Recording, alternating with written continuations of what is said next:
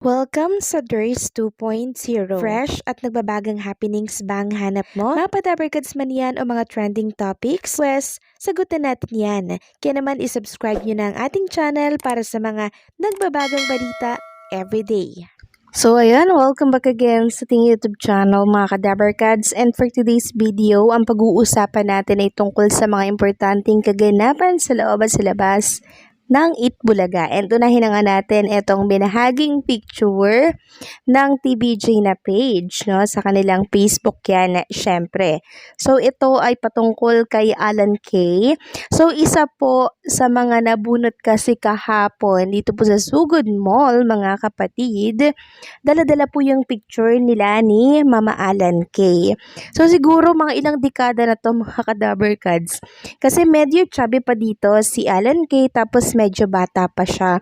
Pero ang napansin nga dito ng mga dabarkads natin, ang puti ng mukha ni Alan K. Parang punong-puno ng foundation. Kaya ang sabi nga dito sa caption, Mama Alan, di ba lagi pong sinasabi ni na Miles Ocampo yan, tapos parang medyo umiiyak, kunwari, di ba? So, nakakatuwa lang mga dabarkads kasi itong mga dabarkads natin na lihitimo, talagang iniingatan na tinatago-tago nila yung picture nila, no, kasama itong mga dabarkads natin.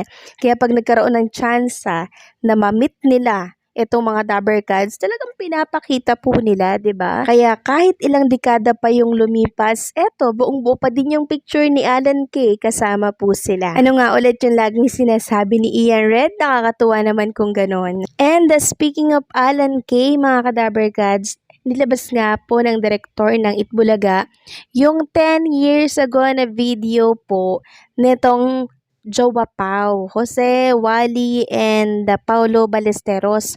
So nakasakay sila sa isang car noon. Sabi nga dito, 10 years ago, isa tong tatlo talaga ang nagpalaki sa akin. Mahal ko kayo, then tinag si Pochoy, Walter James Bayola, and the real Jose Manalo. So ang pinag-uusapan nila dito mga kadabarkads, yung banana-banana, tas kumakanta sila. Tapos, pagkatapos ng kantang yon, sinabi ni Paula Ballesteros na si Alan K. So noon pa man pala, talaga namang inaasar na lagi nila itong si Mama Alan. And mapapansin nyo dyan mga kadabarkads, sobrang babata pa po nila Jose Manalo, Paolo Ballesteros, and syempre si Wally Bayola. Pero iniingatan talaga nitong si Derek Pachipay yung mga video na yan. Biruin nyo, 10 years, halos isang dekada yan mga kadabarkads pero hawak-hawak niya pa. So isa kasi sa siguro nakalakihan na niya na no dito sa Itbulaga itong Jowa Pau na talagang naghubog po sa kanya. Nakakatuwa lang no mga kadabarkads dahil yung mga ilang taon na sa Itbulaga dati pa nakuha po ng TBJ Production, talagang sila ang pinili. And hindi po sila nagkamali dahil ang Itbulaga eto pa din. Pero ang Tape Incorporated nalugi na, no? Nawala na yung show. Kaya kung doon sila sumama, possible na nawalan din sila ng trabaho. Next topic naman, pag-usapan natin mga kadabarkads, etong inilabas sa sinihan ata to, no? Eto pong trailer ng The Bad Genius na kung saan ay nirepost nga po ni Ma'am Charlene Gonzalez. Nakita natin doon yung mga silip dito sa Bad Genius, and sabi nga dito nung nag-post, so excited to watch Bad Genius soon on Viva One PH.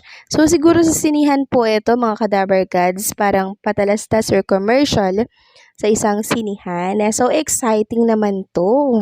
Kasi meron na naman po nga abangan ang mga Gen Z after po noong mutya ng Section 8. Parang magtatapos na ata to kung di ako nagkakamali. 3 weeks na lang. So ngayon, may papalit. Syempre dito sa mutya ng Section E.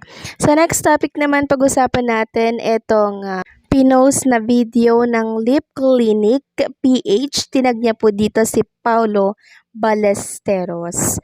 So, ito po ay video ni Paulo Ballesteros na kung saan pinakita yung before and after ni Paolo Ballesteros na sumailalim sa ganitong procedure. So nakita natin yung pagbabago talaga ng itsura ni Paolo Ballesteros, talagang na-enhance, na-lip yung kanyang face, talagang naging fit siya.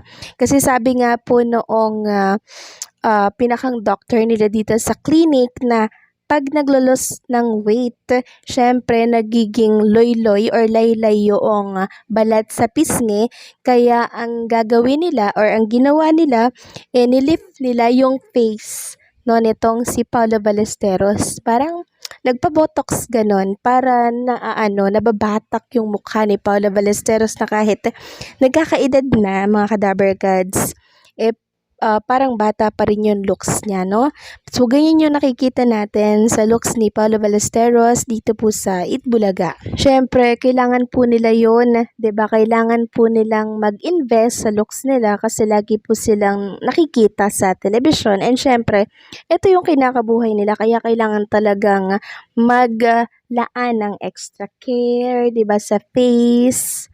Kasi ito yung trabaho nila, artista at laging nakikita sa camera. Next topic naman, pag-usapan natin mga Kadaber Gods ang tungkol dito sa inilas ng isang agency na may hawak po kay Atasha Mulak. So, ang statement na inilabas nila ay tungkol sa isang noontime host na kung saan ay nabiktima po ng deepfake. And since hawak nga po nila itong noontime host na to, pwede silang magkaso sa anumang nagpapalaganap ng maling impormasyon sa artistang hawak nila.